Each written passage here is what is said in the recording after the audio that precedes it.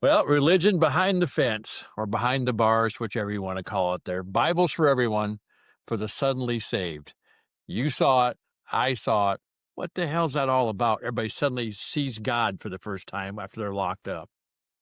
Well, I can't put it all down because I tried it, but this was on my 3rd go around now, not my first couple times, but I got in, I go, "Look, I gotta change my life," I'm 48 years old, I'm getting ready to start a 15, 20-year sentence. I need to change something. Well, I was never religious, so I said, "Let me go ahead and check this Bible out." Well, I read it all the way through, a study Bible too, and it was halfway through it again, and I go, "Hell, this don't make sense." And there were just too many stories that didn't, and they didn't add up and they contradicted theirself and the teachings of Jesus, greatest things ever, until the church got a hold of them, and decided how to use them against us. But I know you have your thoughts on that. That was just my first thing. I'll Yeah. touch on some more later. Yeah, it is. We are going to go into this in depth more later, but my thoughts on religion go way back to the summer between my 4th and 5th grade where I was kicked out of the Baptist church for asking too many questions. I mean, I was kicked out. I don't mean they said, "Will you please leave, go home, tell your mom you're going home for the day." They grabbed me and walked me out the door and shoved me down the steps. That's not a joke. And I was not allowed to come back. My mom says, "No," she goes, my mom, you had to know her. She was hilarious. She goes, "Oh, wonderful. Now we're raising the Antichrist right here in the house." And it was just legitimate kid questions, is all it was. So I thought that people got something to hide. But going forward to the prison thing, which is where we're at, I remember when I first got to Latuna, seeing these guys suddenly all carrying Bibles all over the place. And I thought maybe that was a requirement or there was so many of the new ones were. But the guys have been there a while, they weren't carrying them. And I don't know if they think that makes a difference to you're gonna get out earlier or something. I don't know what the hell the reasoning is. Yeah, it does, Jack, and you know it does. And the church, there's enough pious people that run the BOP, that it does help. The church programs are heavily fortified, and they're funded, and they'll let just about anybody from a church in. They won't let an atheist come in to talk that I know of, but I don't know. A lot of the guys, some of the guys were real about it. They actually, and you could tell. I knew a few, and they actually were trying to change their life, and the, Bi- and Christianity was helping them, or Islam, whatever be the case. But then there was the others who thought it was helping them, and I would have to probably say a slight majority, and they would talk all the talk and that, and then if they didn't get anything, they threw that old Bible away, and they were back to their usual convict selves. Yeah, and I agree, there's guys that helped, and I'm a believer in that. People can before people get all excited, I don't attack Christians. I think whatever works for you, if it really works for you, then use it. I meditate, that's my religion, I guess you wanna call it. But if it works for you, the issue in prison, there and I think this was 2 things I noticed. You had these guys who suddenly, were walking the straight and narrow. "Why? You're here." It's kinda late now, I thought. That was my opinion. But the other one I noticed, early on was the, uh, the preacher professors, the ministers, what you wanna call them. They weren't very well versed in their trade.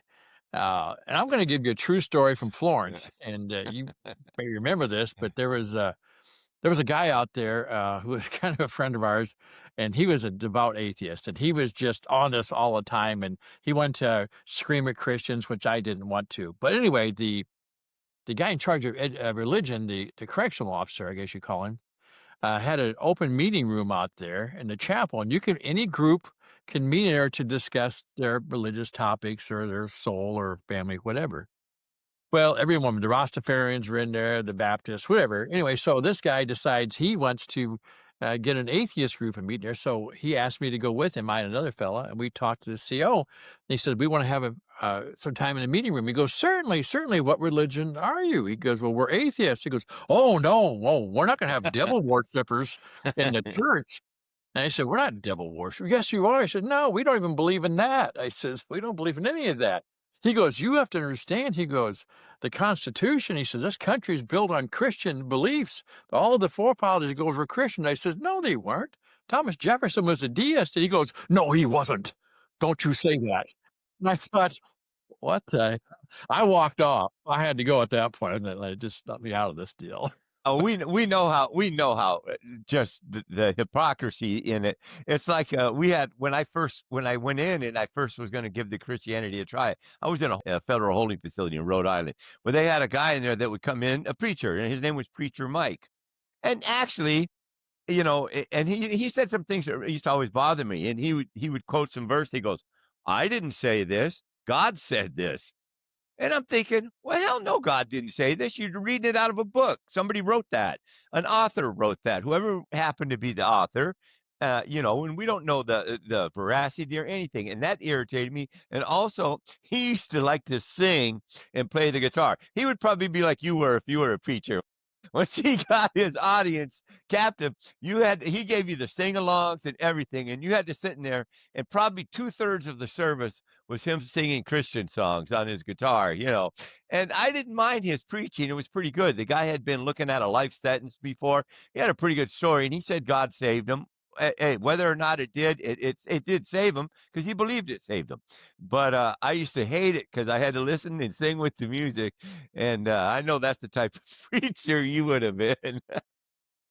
Yeah, we had a guy in Latuna that he was, I think he claimed to be a preacher before he came in, and I don't know, but he was always trying to drag us across the line, he called it, into, the kingdom. George Jung, the guy from who the movie Blow was about, we were sitting at the picnic table and talking or whatever. And this guy was talking to us, and we're kind of just trying to be nice to him. We don't want to hear it, but he said, "Well, you're here for a reason." I said, "We're very well aware of that." And he says, "You know why I'm here."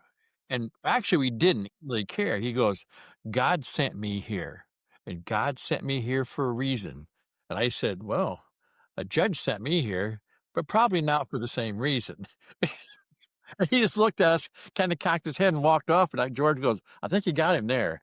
He Yeah. goes, but he just I don't care if you're gonna be religious, but that guy would go from person to person, and, if you can't make somebody religious. But they do have a few people, I think, get some worthwhile out of it, and you're off in prison by yourself, I suppose you gotta grab on something, I guess. I don't Well, know. some of the people that actually kind of really convert, they're doing life sentences in that.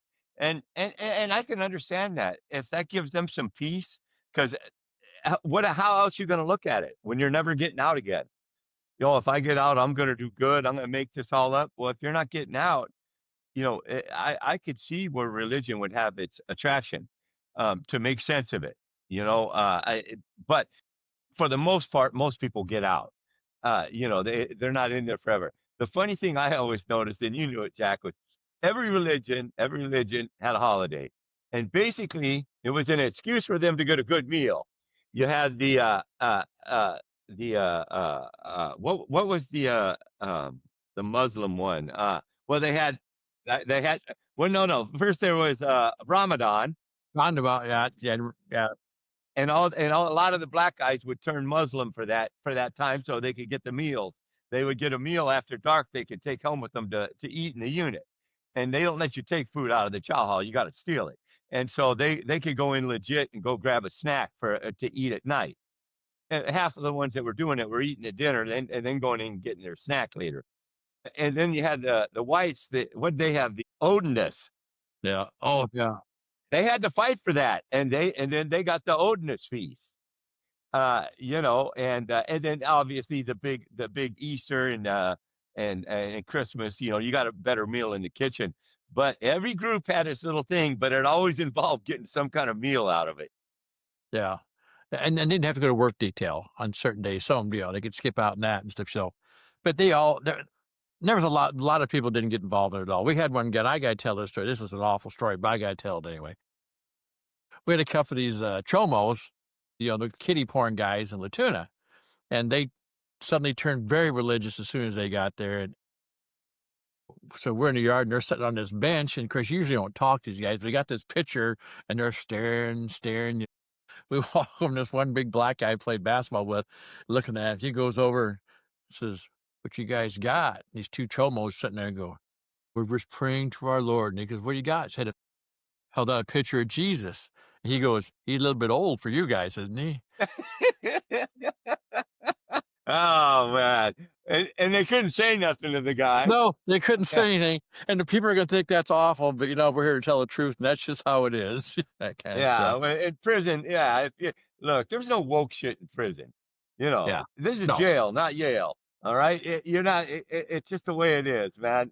If you get your feelings hurt, jail. Don't go to jail. If you get in your feelings real easy, because guys will get in your feelings. That's how I did my time, was trying to get in people's feelings. Yeah. That was half my day was spent seeing who I could insult because I didn't have anything else to do.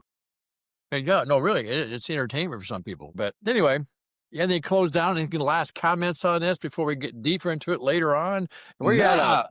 Well, I'm over here in Riverside at the Brew Crew, having me. I'm having a hazy again, a hazy IPA, hard time. So come on out if you're around the Riverside. Head over to the Brew Crew and grab a Prison Break Brewery product. And thanks for watching. Subscribe if you can. Yep. Thanks for stopping by. Appreciate it. It's Jack and GT from Fed Joints to Beer Joints. If you're a non-believer, come on back. If you are a believer, come on back. If you're a believer, you might want to pray for both our souls. But in the meantime, we'll see you next time. See you later.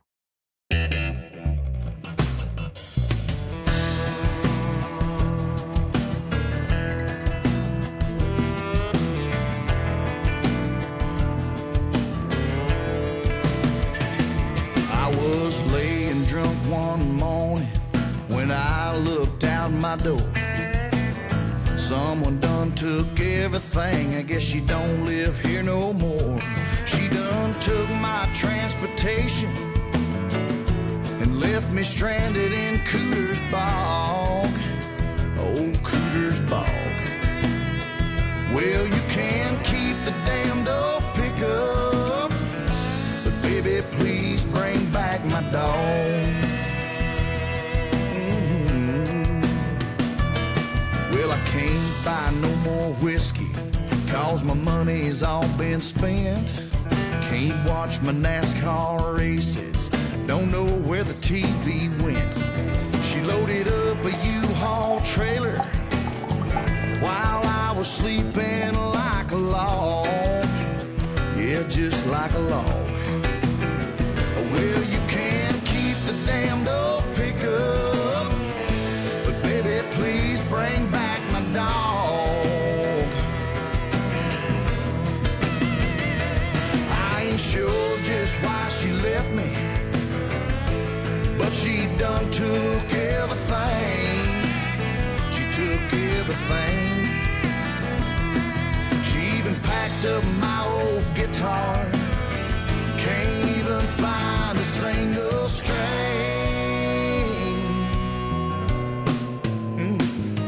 She made off of my last six-pack.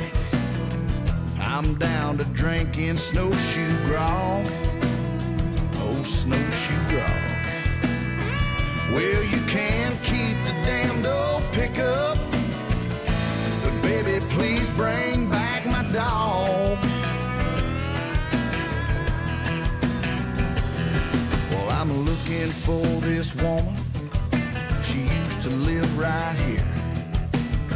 I guess she up and left me, 'cause I was drinking too much beer. I got a belly full of shine, and I'm stumbling through a fog, right through a fog.